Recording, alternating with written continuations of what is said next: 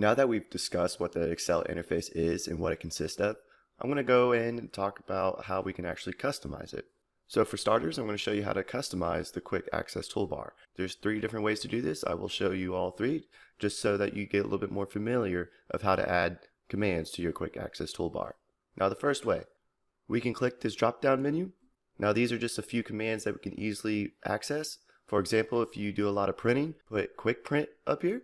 As you can tell, a printer icon appeared, so anytime we want to print, all we have to do is click that icon. Now another option to do is anywhere in your ribbon, let's say if we go to the data tab, you can right click any command. For example, I'm going to click the highest to lowest sort command. I'm going to right click it and click add to quick access toolbar. Now you can see that icon popped up there. And then the last way is go to File, Options, Quick Access Toolbar.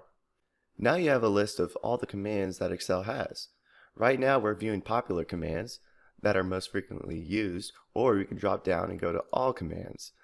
And this will show you all the commands Excel has, and you can add anything up there to that Quick Access Toolbar. But for now, I'm just going to go to Popular and maybe put Sum, and then click Add. And when I click OK, now the Sum command is up there in the Quick Access Toolbar. Being able to customize the Excel interface can actually save you a lot of time depending on your workflow.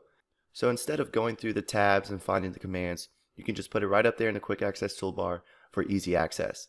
Now if you want to remove these commands up here, there's a few ways. I'll show you both. You can either right click and say Remove from Quick Access Toolbar, or you can go to File, Options, Quick Access Toolbar, and click on one of the commands that you want to remove. For example, I'm going to click Sort Descending, Remove, Quick Print, Remove, and click OK.